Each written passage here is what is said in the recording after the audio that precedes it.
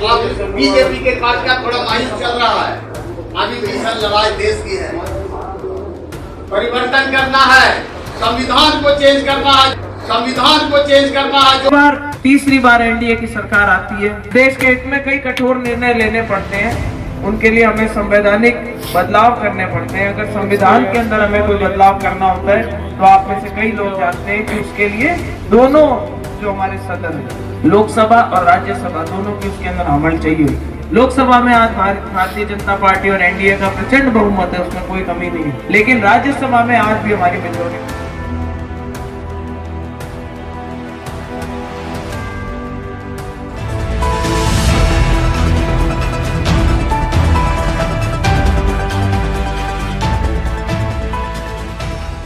क्या भारतीय जनता पार्टी संविधान बदलने के लिए 400 सीटों की मांग कर रही है? क्या भारतीय जनता पार्टी 400 सीटें इसलिए जीतना चाहती है कि वो इस देश के संविधान को बदल देगी? क्या भारतीय जनता पार्टी वाकई इस देश के संविधान को बदलने जैसा कोई पॉलिटिकल एजेंडा सामने रख रही है? क्या भारतीय जनता पार्टी वाकई संविधान बदल सकती है? इस तरह की तमाम चर्चाओं के बीच आज कुछ ऐसी बातें जो बेहद गंभीर हैं इस देश के लिए और जिस पर इस देश के हर नागरिक को सोचना और समझना होगा। आपको याद है, इतिहास के पन्नों में हम अगर चलें तो वो सैर जब आप करेंगे हजारों साल के इतिहास का, तो जाने कितने संघर्षों का वह पूरा का पूरा आइडिया ऑफ इंडिया बना था। और वह आइडिया ऑफ इंडिया हजारों साल के संघर्ष से समानता का, न्याय का, बंधुता का बना। कहीं जाति के नाम पर भेदभाव था तो भारत का संविधान बना, तो एक ऐसा भारत बनाने का स्वप्न देखा गया जो जाति के नाम पर इंसान और इंसान को बांटेगा नहीं। हजारों साल से इस देश में गरीबी और अमीरी का संसाधनों के नाम पर बंटवारा था, तो उस बंटवारे में यह भी देखा गया कि वह बंटवारा जाति के नाम पर, धर्म के नाम पर, भाषा के नाम पर, और जब संविधान बना तो वो इस बंटवारे को नकारता है और वह कहता है कि अवसर की समानता होगी, न्याय सबको मिलेगा, सब मिलकर रहेंगे। अब इंसान को इंसान के बराबर करने से जाति धर्म नहीं रोकेंगे। इस तरह की तमाम बातें इस देश में आइडिया ऑफ इंडिया के भारत के संविधान ने रची थी और उस रचने के लिए उन्होंने यह बात कही कि यह संविधान नए भारत का स्वप्न लेकर आ रहा है। कौन था जो इस संविधान के विरोध में शुरू से था? कौन था जिसके सपनों का भारत बनाने में भारत का संविधान बाधा था? कौन था जिसने भारत के संविधान का विरोध किया था? कौन है जिसके वर्चस्व को भारत का संविधान तोड़ता है? अगर आप यह इतिहास जानते हैं तो आप यह अपने आप समझ जाएंगे कि वो वही है जो कल भारत का संविधान नहीं मानता था, वही आज देश की सबसे बड़ी चुनौती भारत के संविधान को मानता है। और इसलिए उसके दिल में वे सारे विचारक घर करके बैठे हैं जो मनुस्मृति को पसंद करते हैं। इसलिए उसके दिल में भारत का संविधान कभी बैठ ही नहीं पाया, इसलिए उनके दिल में मनुस्मृति बैठी हुई है। जी हां, वही मनुस्मृति जो महिलाओं को घर में कैद रखने की बात करके असूर्यम पश्चा कहती है। जी हां, वही मनुस्मृति जो जाति के नाम पर बहुत सारे लोगों को अछूत और शूद्र बनाए रखना चाहती थी। वही मनुस्मृति जो थोड़े से मुट्ठी भर लोगों को सत्ता संसाधन सबसे काबिज रखती है और बहुत बड़ी आबादी को गुलाम बनाए रखती है। लेकिन भारत का संविधान जिसने इंसान को इंसान के बराबर खड़ा कर दिया, भारत का संविधान जिसने जाति के नाम पर हो रहे भेदभाव, अछूत, छुआछूत, तिरस्कार को खत्म करने का एक ब्लूप्रिंट रख दिया, भारत का संविधान जिसने महिला को पुरुष बराबर की आजादी दे दी, भारत का संविधान जिसमें दलित, पिछड़ा, आदिवासी, अल्पसंख्यक सब बराबर हैं, कोई बड़ा या छोटा नहीं है, भारत का संविधान जिसने हर व्यक्ति के एक वोट का अधिकार दिया और उसके एक वोट की कीमत भी एक ही थी, क्योंकि इस देश में सबको वोट देने का अधिकार नहीं था, इस देश में सबको शिक्षा पाने का अधिकार नहीं था, इस देश में सबको सब काम करने का अधिकार नहीं था, इस देश में तो साहब मुख्य राजमार्ग पर चलने पर भी जातियां देखी जाती थी, इस देश में तो साहब तालाब में से पानी कौन पिएगा, मंदिर में पूजा करने कौन जाएगा, पुजारी कौन बनेगा और गटर में उतर कर कौन मैला साफ करेगा, ये जाति के नाम पर तय कर दिया गया था। और जो ये कहे कि नहीं जन्मना शूद्र हैं सब, गुण कर्म विभागेश, जन्मना जायते शूद्र, ये जन्म से सब शूद्र हैं, ये झूठ बोलते हैं। जन्म से तय हो गया कौन ब्राह्मण है, कौन वैश्य है, कौन शूद्र है और कौन क्षत्रिय होगा। और इस वर्ण व्यवस्था ने इस देश का सबसे ज्यादा विनाश किया। इस वर्ण व्यवस्था ने इंसान को इंसान से बांट दिया। इस वर्ण व्यवस्था ने हर तरह की ऐसी चीजें कर दी जिसने इस देश और दुनिया को इतना बांट दिया जिसमें इंसान और इंसान बंट गया। लेकिन वो कौन लोग थे जब भारत का संविधान बन रहा था उस संविधान का विरोध कर रहे थे, और क्यों कर रहे थे? वो वही लोग थे जो चाहते थे कि शूद्र पढ़ न लिख ले, गरीब कमजोर मजलूम शिक्षा न पाए, महिलाएं शिक्षा पाने से दूर रहे। वो वही लोग थे जो भारत के संविधान का विरोध कर रहे थे, जो अंग्रेजों से माफी मांगा करते थे। वो वही लोग थे जो चाहते थे कि इस देश को एक धर्म का देश बना दिया जाए।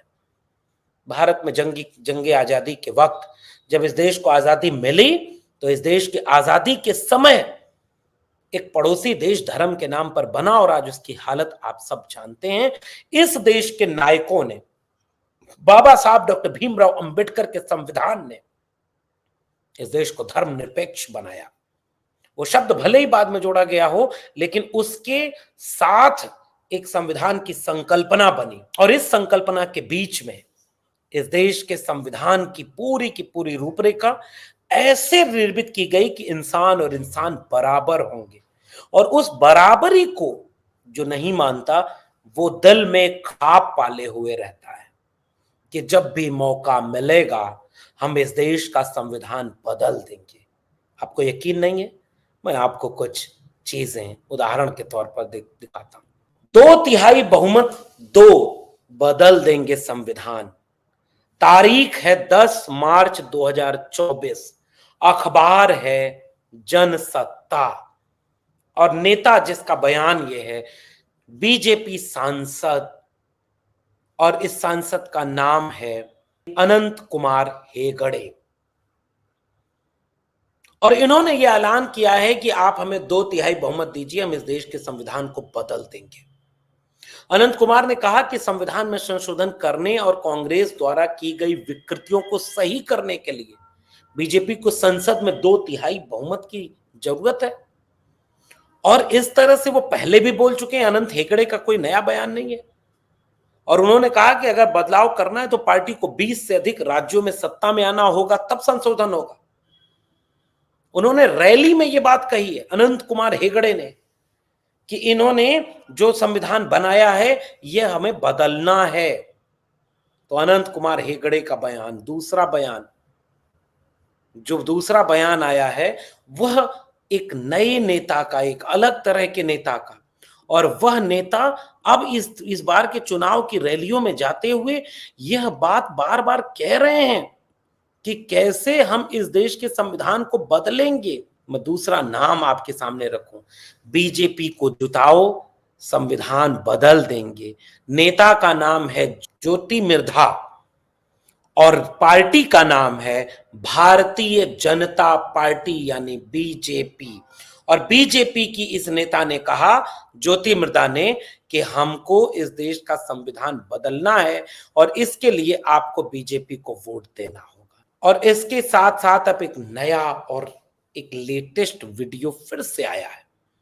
गया में भाजपा नेता मुरारी सिंह चंद्रवंशी, बिहार के गया जिले में मुरारी सिंह चंद्रवंशी ने वह जो भाषण दिया अपने कार्यकर्ताओं की बैठक में, नगर निकाय प्रकोष्ठ में, जो सह संयोजक हैं वाणिज्य और नगर निकाय सह संयोजक, पार्टी का नाम भारतीय जनता पार्टी। तो मुरारी सिंह चंद्रवंशी, पार्टी का नाम भारतीय जनता पार्टी, ज्योति मिर्धा, पार्टी का नाम भारतीय जनता पार्टी, अनंत कुमार हेगड़े, पार्टी का नाम भारतीय जनता पार्टी। एक ही पार्टी है जो कहती है कि हमको जिताओ, हम इस देश का संविधान बदलना चाहते हैं। अब इस बात को थोड़ा सा आसान भाषा में समझने और समझाने का वक्त है। इस देश की बहुत बड़ी आबादी, जिसके लिए 5 किलो अनाज बहुत बड़ी अहमियत रखता है, हम उन लोगों का मजाक नहीं उड़ा रहे हैं। हम उनसे बार बार कहते हैं कि केवल अनाज पर ध्यान मत दीजिए, अनाज मिल रहा है खाइए, वो आपका है, किसी के एहसान का नहीं है। आपके जेब के पैसे से आपको अनाज दिया जा रहा है, इसलिए उस अनाज का हम अपमान नहीं कर रहे, लेकिन उस अनाज के देने वाले पीछे से कहीं आपके बच्चों का भविष्य तो नहीं बर्बाद कर रहे, और देश के संविधान का मतलब समझते हैं कि नहीं। और इस देश के पढ़े लिखे लोगों का ये मकसद होना चाहिए, ये जिम्मेदारी होनी चाहिए कि वो आसान भाषा में गांव के गरीब, कमजोर, मजलूम, हाशिए पर, अंतिम पायदान पर पड़े व्यक्ति को यह बात समझाएं कि आपको संविधान ने क्या क्या दिया, और जब यह भारत का संविधान नहीं था तो आपके पास क्या क्या नहीं था, आपके पुरखे कैसा भारत जीते थे, कैसी जिंदगी में थे। जब भारत का संविधान नहीं था तो सबको वोट देने का अधिकार नहीं था। आज आपके वोट से प्रधान से लेकर प्रधानमंत्री चुने जाते हैं, और जब ये संविधान बदल जाएगा तो आपको पता है सबको वोट देने का अधिकार छिन जाए तो आश्चर्य न मानिएगा। भारत का संविधान आपके वोट की ताकत देता है। भारत का संविधान आपको ताकत देता है कि आप सब लोग जहां चाहें, जैसे चाहें शिक्षा पा सकते हैं। भारत का संविधान आपको देश में कहीं भी कोई भी रोजगार करने, सम्मान से जीने का अधिकार देता है। भारत का संविधान आपको बोलने का अधिकार देता है। भारत का संविधान आपको अपना धर्म का आचरण करने और मानने का अधिकार देता है। भारत का संविधान आपको बराबरी देता है, न्याय। आज जाति देख करके कोई सार्वजनिक तौर पर, सैद्धांतिक तौर पर कोई भेदभाव नहीं कर सकता। कोई जाति देख करके कोई वैकेंसी नहीं आ सकती। जाति देख करके कोई सैद्धांतिक तौर पर आपसे छुआछूत नहीं कर सकता। लेकिन जैसे ही जहां जहां ये संवैधानिक प्रावधान कमजोर होंगे ना, आपके लोग, जातियों के लोग सत्ता और संसाधन से हाशिए पर ढकेल दिए जाएंगे। अगर संविधान नहीं रहेगा ना तो थाने में सबकी सुनवाई नहीं होगी, क्योंकि फिर जिसकी ताकत होगी उसकी, जिसकी लाठी होगी उसकी भैंस होगी।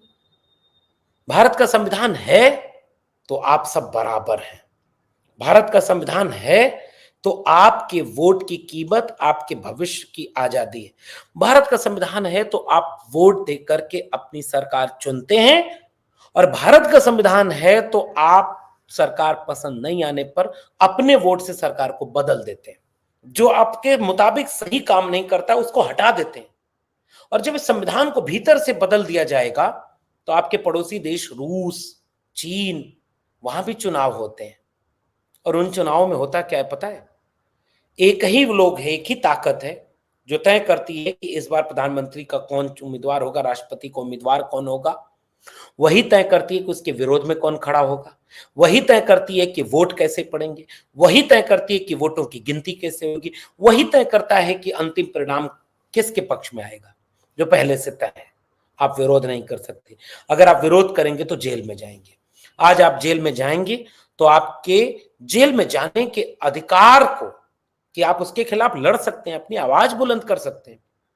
अगर संविधान नहीं रहेगा तो आपके हाथ से अधिकार छिन जाएगा कि आप अपने हक और अधिकार के लिए बोल पाए, लड़ पाए, कुछ कह पाए।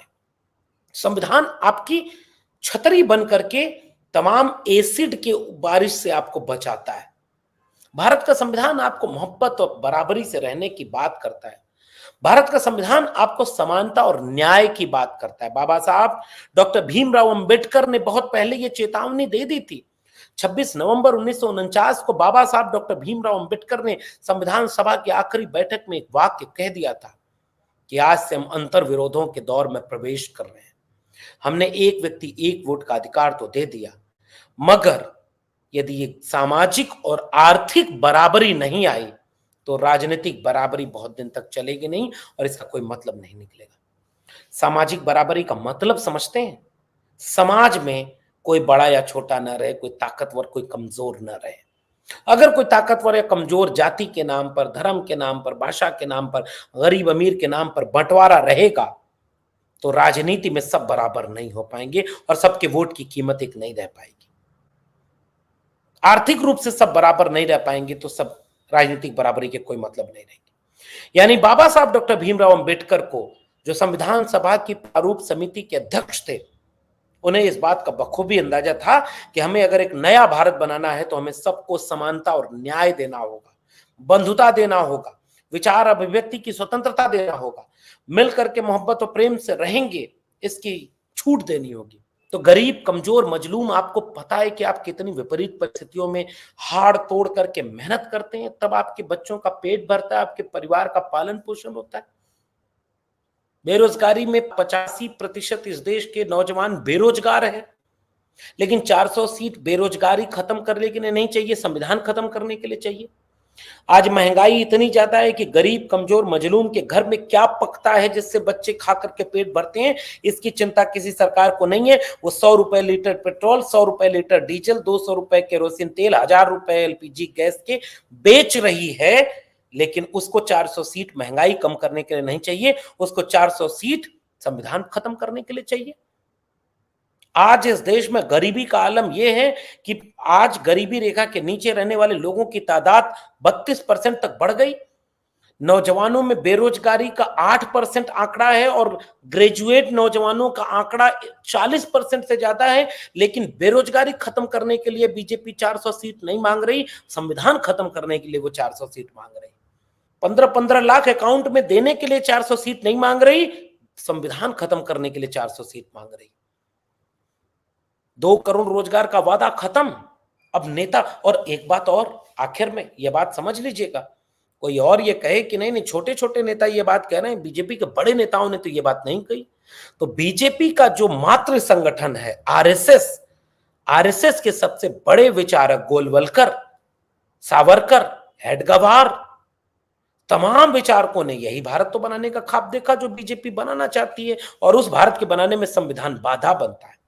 बंच ऑफ थॉट में गोलवलकर लिखते हैं कि ये जो आर्थिक समानता है, अगर ये आ गई तो गुलाम कैसे रखेंगे हम लोगों को, उतना ही पेट भरो जिससे कि वो आपके शासन में बाधा न बने और क्रांति न कर दे, इतना उसको देते रहो। तो कहीं आप भी नजर रखिए, कहीं आपको इतना तो नहीं मिल रहा कि पेट भरता रहे, जब जिसने पेट भर दिया उसी को वोट देंगे। सोचिएगा, ठहर कर सोचिएगा। और छोटे छोटे नेताओं से जो बात कह के कहलवा दी गई और आपका उस पर ध्यान नहीं गया, तो बड़ा नेता सरकार में आने के बाद तो वो काम कर देगा और फिर कहेगा कि संविधान खत्म करना भी तुम्हारे लिए जरूरी था। आपकी शिक्षा खत्म हो गई तो आपकी समझदारी तो है नहीं कि आप समझ पाए। पढ़ने का मौका मिला नहीं, शिक्षा मिली नहीं, शिक्षा पहले ही प्राइवेट हाथों में बेच दी गई, तो शिक्षित तो आप है नहीं, जागरूक आप समझदार है नहीं। और बेरोजगार इतने कि किसी तरह पेट भर जाए इसी के लिए जीवन जी रहे। तो जैसे ही पेट भर गया आपने उसको वोट दे दिया जिसने आपको पेट भरने का झूठ बोल दिया था, क्योंकि पेट तो आपके पैसे से भर रहा है, किसी के अपने पैसे से नहीं। तो इस तरह से संविधान बचाने का यह चुनाव आपके सामने खड़ा है। बस एक काम करिए, और देश के पढ़े लिखे, जागरूक, समझदार लोगों को अब ये जिम्मेदारी निभानी होगी। इस देश के उन लोगों को ये जिम्मेदारी निभानी होगी जिनको ये बात समझ में आ गई है कि संविधान नहीं था तो क्या नहीं था उनके पास, जब संविधान आया तो कैसे उनका जीवन का स्तर बदल गया, उन्हें क्या क्या मौके मिले, और जैसे ही संविधान वापस खत्म कर दिया जाएगा, कौन कौन से वे मौके, कौन कौन सी वे चीजें, कौन कौन से वे अधिकार हैं जो आपके हाथ से छिन जाएंगे, और एक गलती कई पीढ़ियों को गुलाम बना देगी। गुलामी से लड़ने में कई पीढ़ियां खप गईं, शहीद हो गईं, लड़ी, गोली खाई, जेल गईं, तब जाकर के एक आजादी मिली, संविधान मिला। आपकी आंखों के सामने अब खुलेआम चेतावनी दे दी गई। शुक्रिया अदा करिए बीजेपी के उन नेताओं का जिन्होंने पहले ही बता दिया। फिर ये मत कहिएगा कि किसी ने पहले नहीं बताया, वो बता चुके हैं कि अगर आपने उन्हें इतनी सीटें दी तो वो इस देश के संविधान को बदल देंगे। फिर उसके बाद जब सब गुलाम बचेंगे तो राजा कोई एक होगा और उसको चलाने वाला उसका दोस्त होगा, वही इस देश को चलाएंगे और बाकी पीढ़ियां गुलाम पैदा होंगी।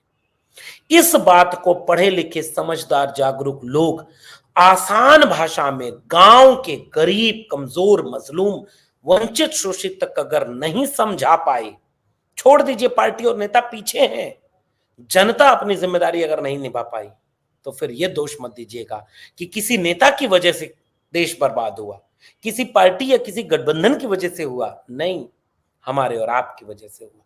इसलिए अब निर्णय लेने का वक्त है। सामने सामने की लड़ाई है। एक तरफ संविधान विरोधी खड़े हैं, संविधान भक्षक खड़े हैं, तो दूसरी तरफ आइए मिल करके संविधान रक्षक एक हो जाएं और संविधान को बचाने के लिए ये काम करें। कैसी लगी ये बातचीत नीचे कमेंट बॉक्स में बताइएगा। फिर मिलेंगे किसी और टिप्पणी के साथ, तब तक के लिए बहुत बहुत धन्यवाद। चैनल के साथ जुड़ने के लिए सब्सक्राइब करें और बेल नोटिफिकेशन दबाना ना भूलें।